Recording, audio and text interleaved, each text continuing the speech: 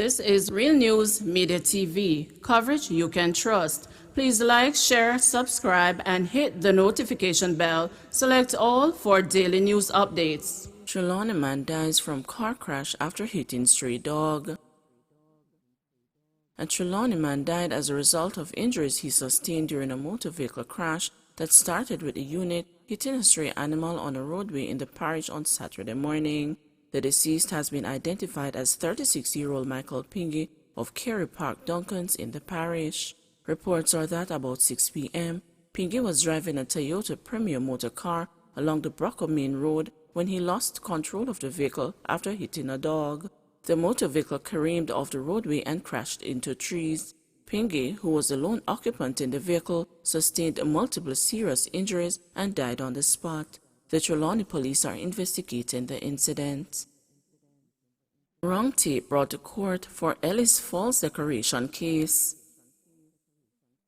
Dancehall artist Elephant Man, who reportedly lied to immigration authorities about his trip to Belgium, which was then on a list of countries for which Jamaica had imposed travel bans, is to return to the Kingston and St. Andrew Parish Court on May 12. A mentioned date was set for last Wednesday, and the entertainer appeared in court with his attorney, Christopher Townsend. The lawyer disclosed that he requested to see a tape of what transpired in the immigration hall on Elephant Man's arrival from Europe over a year ago, only for the prosecution to turn up with the wrong tape. We have been asking for the videotape for the longest while, and because of the length of time, we became suspicious that we could have been presented with a doctored tape. Now, after a year, they gave us the tape of a store which looks like a pharmacy. How on earth do they make that mistake? The next thing they might tell us is that it can no longer be extracted. An exasperated Townsend told the news. The entertainer, who was christened O'Neil Bryan, is facing charges of making a false declaration and false volunteer declaration. It is alleged that he violated Jamaica's Immigration Act, specifically Section 8.5, which stipulates that arrivals in Jamaica must make a truthful declaration to immigration officers about their recent travel history. He is charged along with Kevin Shields, a disc jockey who was traveling with him at the time of the incident. Townsend said he remains suspicious of the prosecution's action or the lack of it on the provision of the tape. We asked for the tape within the prescribed time, and it's been over a year. How must we have faith in the judicial system? The prosecutor gave the undertaking to get the correct tape by the next court date, but we are even more suspicious now because our worst expectations, our nightmare, is coming through, and so said, so done, because they produced the wrong tape, he said.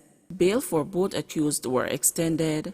According to the allegations, on March 20 last year, Bryan arrived at the Sangster International Airport in Montego Bay, St. James, and failed to declare on the Immigration and Customs form that he had visited Brussels in Belgium. As a result, on March 23, summonses were prepared for breaches of the Immigration and Perjury Acts and served on Bryan. Similar summonses were prepared and served on Shields. Shields is being represented by attorney Russell Stewart. Another illegal rehab center pops up in Hanover.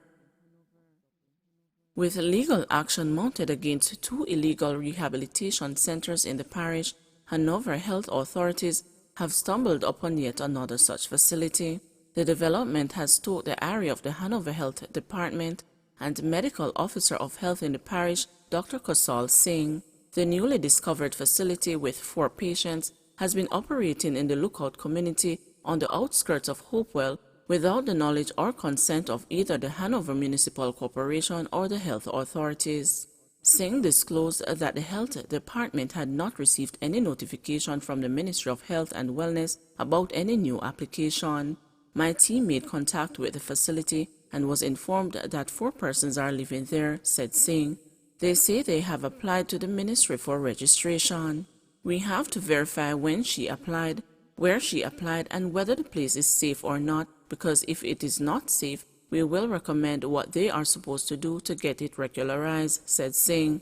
Singh said that the health department was in the process of filling documents to take court action against Chance's Rehabilitation Center, which was ordered closed but continues to operate in defiance of the order. The facility, which is operating in the communities of Chingwell and Rejoin, emerged on the radar in 2020 and serves mentally challenged persons. The second facility, the People's Nursing Home in the Dias area, Singh said he is awaiting a report from a recent inspection that was done by the HHD personnel for a decision to be made as to whether or not the operators of the facility will be issued with a closure notice. Please remember to like, share, subscribe, and hit the notification bell. Select all for daily news updates.